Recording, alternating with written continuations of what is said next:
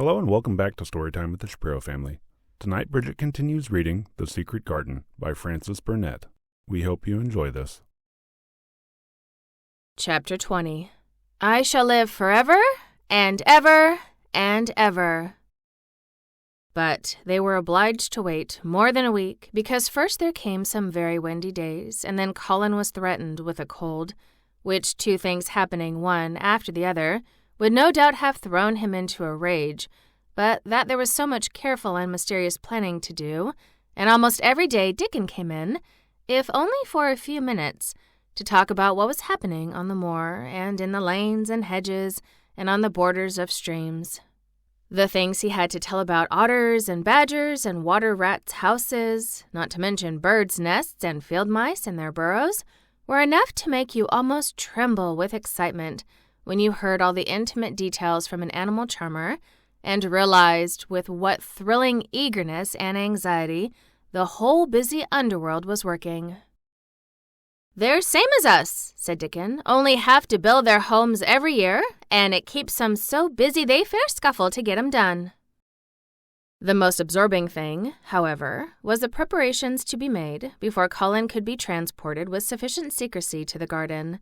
No one must see the chair carriage and Dickon and Mary after they turned a certain corner of the shrubbery and entered upon the walk outside the ivied walls.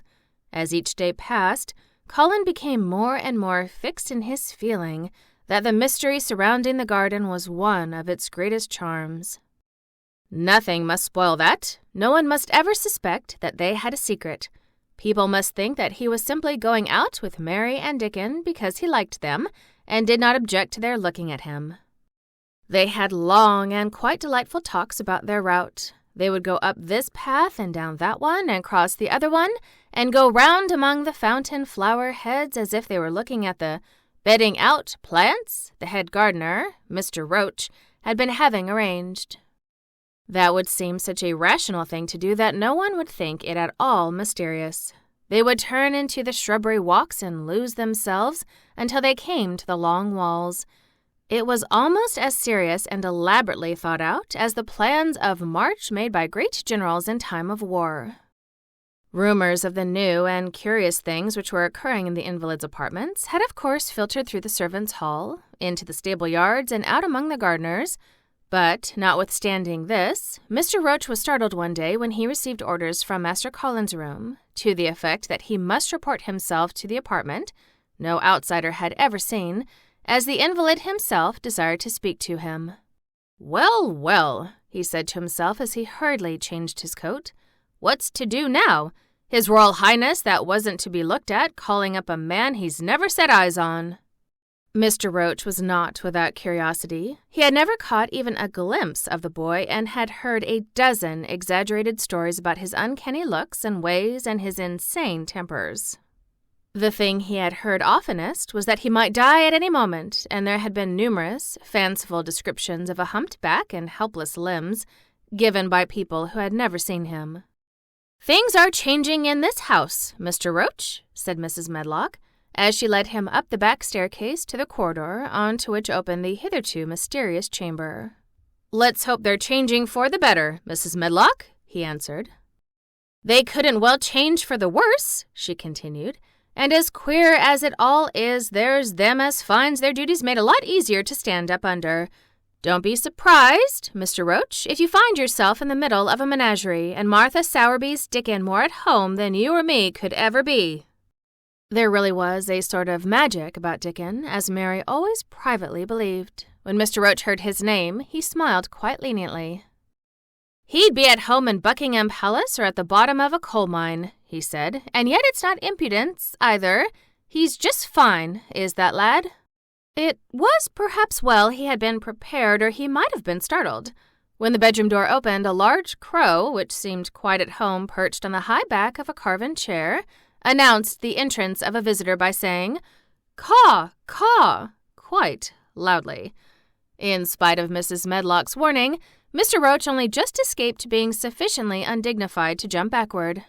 The young Rajah was neither in bed nor on his sofa. He was sitting in an armchair, and a young lamb was standing by him, shaking its tail in feeding lamb fashion, as Dickon knelt, giving it milk from its bottle. A squirrel was perched on Dickon's bent back, attentively nibbling on a nut. The little girl from India was sitting on a big footstool looking on. "Here is Mr. Roach, Master Colin," said Mrs. Medlock. The young Rajah turned and looked his servitor over. At least, that was what the head gardener felt happened. "Oh, you are Roach, are you?" he said. "I sent for you to give you some very important orders." "Very good, sir," answered Roach, wondering if he was to receive instructions to fell all the oaks in the park or to transform the orchards into water gardens. "I am going out in my chair this afternoon," said Colin. "If the fresh air agrees with me, I may go out every day. When I go, none of the gardeners are to be anywhere near the long walk by the garden walls. No one is to be there. I shall go out about 2 o'clock, and everyone must keep away until I send word that they may go back to their work." "Very good, sir," replied Mr. Roach, much relieved to hear that the oaks might remain and that the orchards were safe. "Mary," said Colin, turning to her, "what is that thing you say in India when you have finished talking and want people to go?"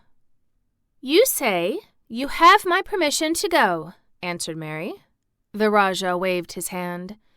"You have my permission to go, Roach," he said. "But remember, this is very important." "Caw, caw," remarked the crow, hoarsely but not impolitely. "Very good, sir. Thank you, sir," said Mr. Roach, and Mrs. Medlock took him out of the room. Outside in the corridor, being a rather good-natured man, he smiled until he almost laughed. "My word," he said, "he's got a fine lordly way with him, hasn't he? You'd think he was a whole royal family rolled into one, prince consort and all." "Eh?" protested Mrs. Medlock. "We've had to let him trample all over every one of us since he had feet, and he thinks that's what folks was born for." "Perhaps he'll grow out of it, if he lives," suggested Mr. Roach. "Well, there's one thing pretty sure," said Mrs. Medlock. "If he does live and that Indian child stays here, I'll warrant she teaches him that the whole orange does not belong to him, as Susan Sowerby says, and he'll be likely to find out the size of his own quarter." Inside the room, Colin was leaning back on his cushions. "It's all safe now," he said, "and this afternoon I shall see it. This afternoon I shall be in it." Dickon went back to the garden with his creatures, and Mary stayed with Colin. She did not think he looked tired, but he was very quiet before their lunch came, and he was quiet while they were eating it. She wondered why and asked him about it. "What big eyes you've got, Colin," she said, "when you are thinking they get as big as saucers. What are you thinking about now?" "I can't help thinking about what it will look like," he answered. "The garden?" asked Mary. "The springtime," he said. "I was thinking that I've really never seen it before. I scarcely ever went out, and when I did go, I never looked at it. I didn't even think about it." "I never saw it in India because there wasn't any," said Mary. Shut in and morbid as his life had been, Colin had more imagination than she had, and at least he had spent a good deal of time looking at wonderful books and pictures. "That morning when you ran in and said, 'It's come, it's come,' you made me feel quite queer. It sounded as if things were coming with a great procession and big bursts and wafts of music. I have a picture like it in one of my books. Crowds of lovely people and children with garlands and branches with blossoms on them, everyone laughing and dancing and crowding and playing on pipes. That was why I said, 'Perhaps we shall hear golden trumpets,' and told you to throw open the window." "How funny," said Mary. "That's really just what it feels like. And if all the flowers and leaves and green things and birds and wild creatures dance past at once, what a crowd it would be. I'm sure they'd dance and sing and flute, and that would be the wafts of music." They both laughed, but it was not because the idea was laughable, but because they both so liked it. A little later, the nurse made Colin ready. She noticed that instead of lying like a log while his clothes were put on, he sat up and made some efforts to help himself, and he talked and laughed with Mary all the time. "This is one of his good days, sir," she said to Dr. Craven, who dropped in to inspect him. "He's in such good spirits that it makes him stronger." "I'll call in again later in the afternoon, after he has come in," said Dr. Craven. "I must see how the going out agrees with him." I wish, in a very low voice, that he would let you go with him. I'd rather give up this case this moment, sir, than even stay here while it's suggested, answered the nurse, with sudden firmness. I hadn't really decided to suggest it, said the doctor with his slight nervousness. We'll try the experiment. Dickon's a lad I'd trust with a newborn child. The strongest footman in the house carried Colin downstairs and put him in his wheeled chair, near which Dickon waited outside.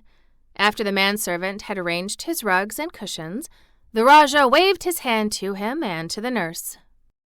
You have my permission to go, he said, and they both disappeared quickly, and it must be confessed, giggled when they were safely inside the house. Dickon began to push the wheeled chair slowly and steadily. Mistress Mary walked beside it, and Colin leaned back and lifted his face to the sky. The arch of it looked very high, and the small, snowy clouds seemed like white birds, floating on outspread wings below its crystal blueness. The wind swept in soft, big breaths down from its moor, and was strange with a wild, clear-scented sweetness. Colin kept lifting his thin chest to draw it in, and his big eyes looked as if it were they which were listening instead of his ears. There are so many sounds of singing and humming and calling out, he said. What is that scent the puffs of wind bring? It's gorse on the moor that's open and out, answered Dickon. The bees are at it wonderful today. Not a human creature was to be caught sight of in the paths they took. In fact, every gardener or gardener's lad had been witched away, but they wound in and out among the shrubbery and out and round the fountain beds, following their carefully planned route for the mere mysterious pleasure of it. But when at last they turned into the long walk by the ivied walls, the excited sense of an approaching thrill made them, for some curious reason they could not have explained, begin to speak in whispers.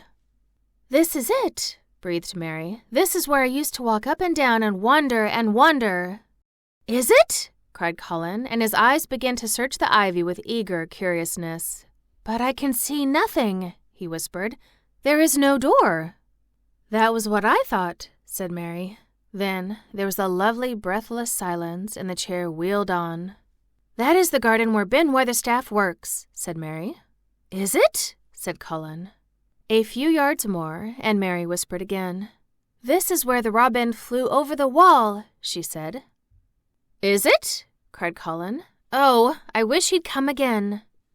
And that, said Mary with solemn delight, pointing under a big lilac bush, is where he perched on the little heap of earth and showed me the key. Then Colin sat up. Where? There? He cried, and his eyes were as big as the wolf's in Red Riding Hood, when Red Riding Hood felt called upon to remark on them. Dickon stood still, and the wheeled chair stopped. And this, said Mary, stepping on to the bed close to the ivy, is where I went to talk to him when he chirped at me from the top of the wall, and this is the ivy the wind blew back. And she took hold of the hanging green curtain. Oh, it is, gasped Colin. And here's the handle, and here's the door. Dickon, push him in quickly. And Dickon did it with one strong, steady, splendid push. But Colin had actually dropped back against his cushions, even though he gasped with delight, and he had covered his eyes with his hands and held them there, shutting out everything until they were inside and the chair stopped as if by magic and the door was closed. Not till then did he take them away and look round and round and round, as Dickon and Mary had done, and over the walls and earth and trees and swinging sprays and tendrils the fair green veil of tender little leaves had crept, and in the grass under the trees and the gray urns in the alcoves, and here and there everywhere were touches or splashes of gold and purple and white, and the trees were showing pink and snow above his head, and there were flutterings of wings, and faint, sweet pipes, and humming, and scents, and scents. And the sun felt warm upon his face like a hand with a lovely touch, and in wonder, Mary and Dickon stood and stared at him. He looked so strange and different, because a pink glow of color had actually crept all over him, ivory face and neck and hands and all. "I shall get well, I shall get well," he cried out. "Mary, Dickon, I shall get well, and I shall live forever and ever and ever." Be sure to join us next episode for Chapter 21, Ben Weatherstaff. Thank you so much for listening, and, as always, good night.